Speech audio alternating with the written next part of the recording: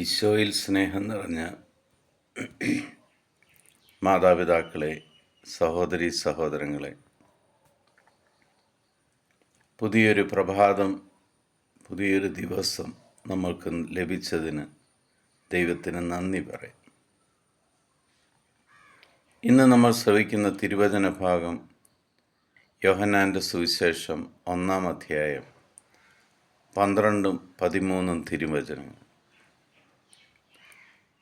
തന്നെ സ്വീകരിച്ചവർക്കെല്ലാം, തൻ്റെ നാമത്തിൽ വിശ്വസിക്കുന്നവർക്കെല്ലാം ദൈവമക്കളാകാൻ അവൻ കഴിവ് നൽകി. അവർ ജനിച്ചത് രക്തത്തിൽ നിന്നോ ശാരീരിക അഭിലാഷത്തിൽ നിന്നോ പുരുഷൻ്റെ ഇച്ഛയിൽ നിന്നോ അല്ല, ദൈവത്തിൽ നിന്നത്രേ. പ്രിയ സഹോദരങ്ങളെ,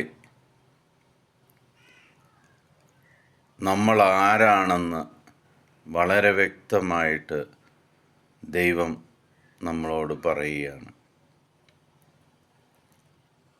നമ്മൾ ദൈവമക്കളാണ്.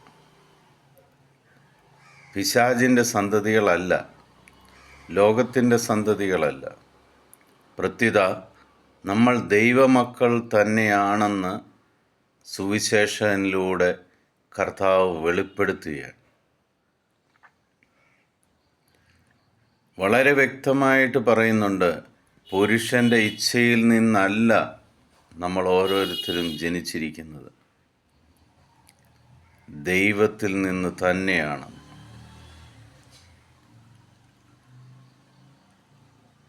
ഉറച്ചു വിശ്വസിക്കുക.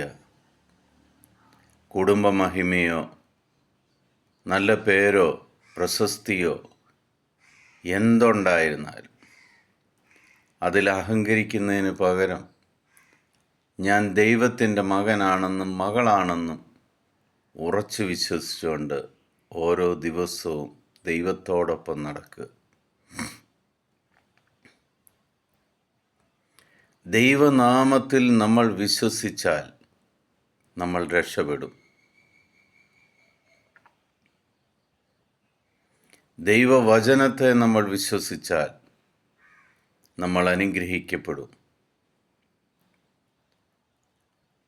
ഈ തിരുവചനം നമുക്ക് സന്തോഷകരമാവുന്ന ഒരു സദ്വാർത്തയായി എടുക്കാം. ഞാൻ ദൈവമകനാണ്, ഞാൻ ദൈവമകളാണെന്ന് ഉറച്ച വിശ്വാസം. പിതാവായ ദൈവത്തിൻ്റെയും പുത്രനായ ഈശോ മിശിഹായുടെയും പരിശുദ്ധാത്മാവിൻ്റെയും കൃപയും അനുഗ്രഹവും കരുണയും സമാധാനവും ഇന്നും എപ്പോഴും നിങ്ങളുടെ കൂടെ ഉണ്ടായിരിക്കട്ടെ. ദൈവമക്കളായിക്കൊണ്ട് ദൈവത്തിന് വേണ്ടി ജീവിക്കുവാൻ നമ്മൾക്ക് ഇന്നു മുതൽ ശ്രമിക്കാം. നിങ്ങളുടെ എല്ലാ പ്രശ്നങ്ങളും നിങ്ങളുടെ പിതാവായ ദൈവത്തിൻ്റെ കരങ്ങളിലേക്ക് കൊടുക്കാം. കാരണം മക്കൾ ആശ്രയിക്കേണ്ടത് അപ്പനെയാണ്. ആ അപ്പന് ചെയ്തു തരാൻ പറ്റാത്ത കാര്യങ്ങൾ ഒന്നുമില്ല.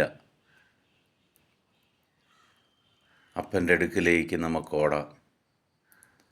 ഇന്നു മുതൽ നിങ്ങൾക്കുള്ള എല്ലാ നിങ്ങളുടെ യാത്രകളിലും, നിങ്ങളുടെ ജോലികളിലും, നിങ്ങളുടെ പ്രശ്നങ്ങളിലും, നിങ്ങളുടെ ബുദ്ധിമുട്ടുകളിലും എല്ലാം പിതാവായ ദൈവം നിങ്ങളെ സംരക്ഷിക്കട്ടെ എന്ന് പ്രാർത്ഥിക്കുന്നു. ഈശോ മിശിഹായ്ക്ക് സ്തുതിയായിരിക്കട്ടെ.